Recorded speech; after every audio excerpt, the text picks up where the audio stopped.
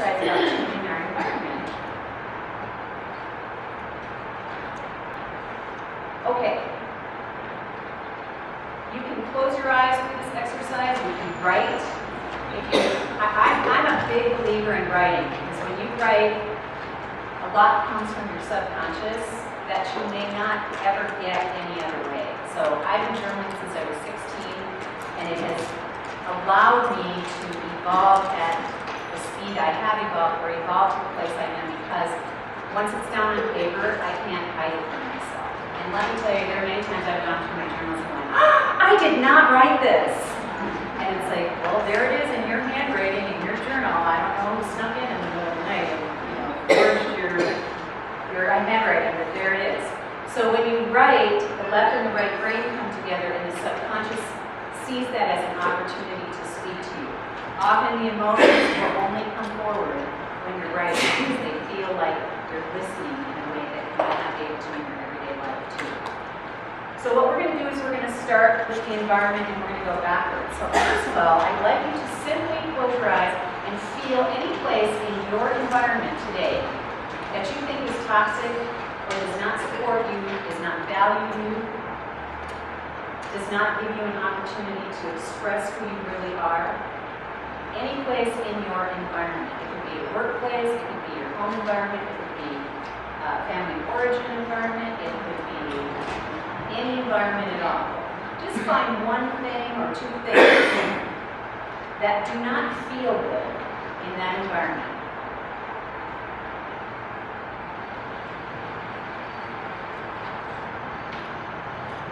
So the next thing I'm going to have you do, we're going to move to the joy element now, and I'd like you to feel the hurt and the sadness that comes from that place in the environment, a place that's toxic to you, or that is non-supportive. Feel the hurt, and where is that in your body? Where are you holding that? Feel the sadness. Where are you holding that? Where is that? You don't have to do anything about it. Just feel it and acknowledge it.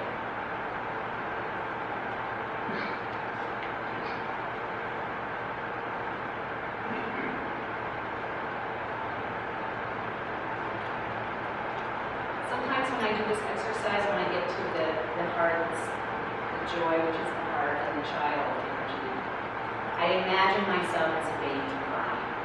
And so, which is different than grief. And that's why I give myself a visual picture of simply having a baby cry. And that helps me feel like something's changing inside. So if that's helpful for you to imagine yourself as a baby crying, to really get in touch with that hurt, then let yourself do that.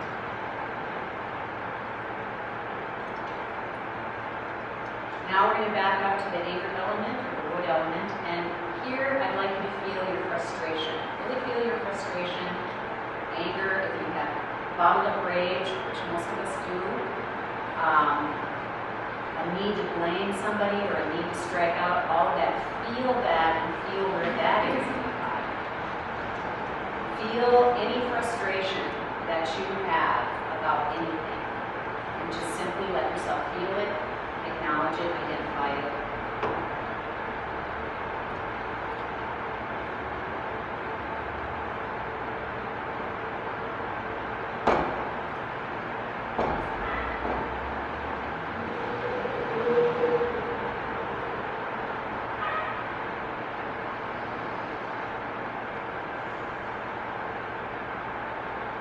Feel compelled at any time also to move your body. Feel free to do that, because that's often, especially with frustration, the body has such a strong desire to strike or to move. So if you, even in your chair, you feel like you need to sway or move around, let yourself do that. Again, one of the things that I work really hard to do with people is to retrain how they express emotions, so to be very fluid. Now we're going to move into fear. Element of water. So if you think about fear, what's the fear in your life? Are you afraid of the unknown? Are you afraid of what's coming up? Are you afraid that all the rules you played by your whole life have now changed and you don't know what the options are going to be, what the alternatives are going to be? Any fears you have in your life, the fear of not having fear of not being recognized, or your fear of not being valued, any of those fears, feel where they are in your body and simply feel them without judgment. Simply let yourself feel that fear. If it gets to be overwhelming to feel it, shake your hands while you're feeling it. Let your body let some of that out.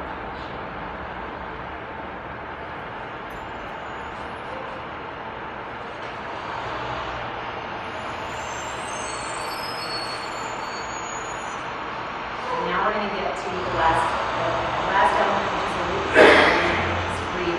Element of love, element of structures. Let yourself feel the grief of living in a world that does not value you. Let yourself feel the grief of working so hard just to stay one place. Let yourself feel the grief of any losses you have experienced. Let yourself feel the grief of living in a structure that says life is hard. Life is hard, life is mean, life is not fair. Those are all lies, but that's the structure of a victim reality. And you've been embedded with that in almost every television commercial. It reinforces the idea that you're a victim. So feel the sharp, biting grief of having to live, having your beautiful heart energy squeezed into this tight little victim reality that doesn't care about yourself at all.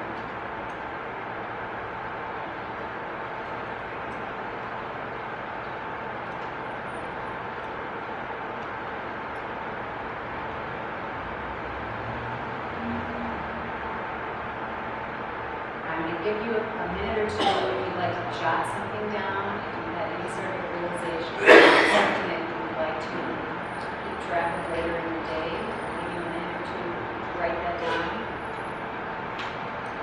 And what I'd like you to do now is that I'd like you to identify, now that we're back in grief, which is where all belief systems begin, I'd like you to identify one belief system that you grew up with that does not serve you, that might still be playing out in your life, and that you are ready to release. It could be the belief that everybody has to work and work hard. Because you know what? Your nature is you always work hard at what you love. But it's not hard work. So it could be a belief system about love. Those I love will always betray me, or those I love will always hurt me. Many people got that imprinted in their structure. Identify one belief system.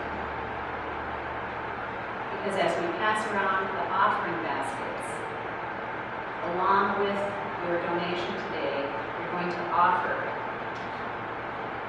this belief system that's no longer serving you. We're going to simply offer it up to Christ consciousness and the nature consciousness to take it to its next level of transformation.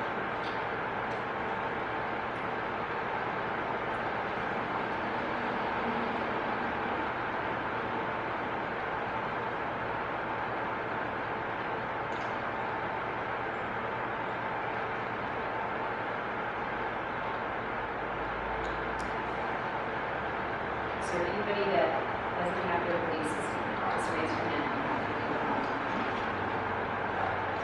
So everybody does. So that's the offering baskets for now.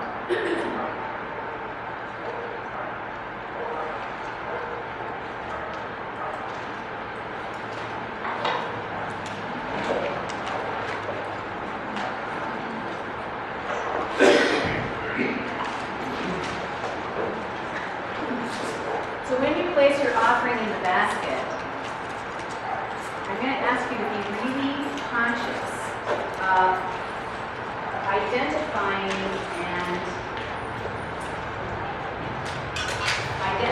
clearly what it is that you're letting go of. And making a commitment to yourself that you're going to replace that with a belief system that allows you to become who you came here to meet.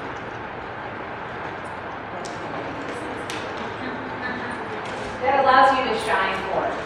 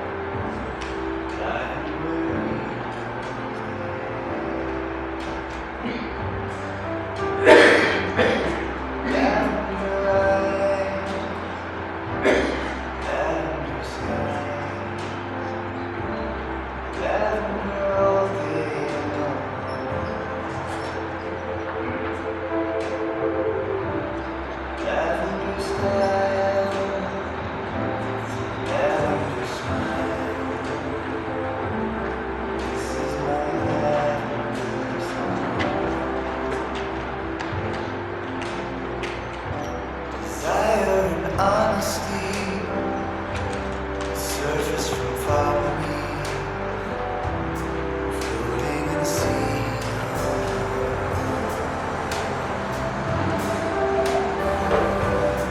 Reason all around, seasons I have found. Here's what will be and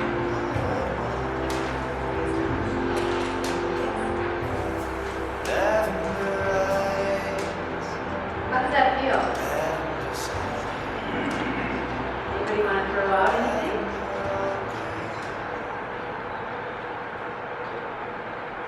Okay. Now we're going to go through and we're going to take you through the steps of how you move yourself from a victim reality to a creator reality. The thing to remember about any place in your life can be changed from a victim reality to a creator reality in an instant by making your actions sacred. It's that simple.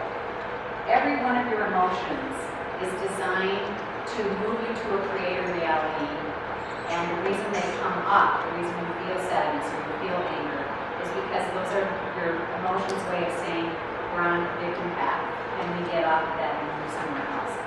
So the way that you create a new environment is that you make everything in your life sacred. And what I mean by that is we build structures that can allow us to become unconscious of our actions. Because when we don't have to think about our actions every time we do them, it frees up some of our energy so we can build something else. So we tend to build structures every time we go around the cycle. We tend to add on and make our structures bigger and make our environments bigger, and we tend to make things bigger. So we're always looking for the most efficient way to move through a structure, because if we don't have to spend too much time and energy thinking about it every time, then we can just kind of build on top of the structure that's already been built. But what happens is that when a structure becomes unconscious, it loses its sacredness. Habit is a way that we create movement without having to think about it. So once a structure becomes habitual or a law, then it no longer has any life force. It goes into the subconscious and loses its ability to be sacred on its own. So if you look at how you spend your day, so much of our day is maintaining what we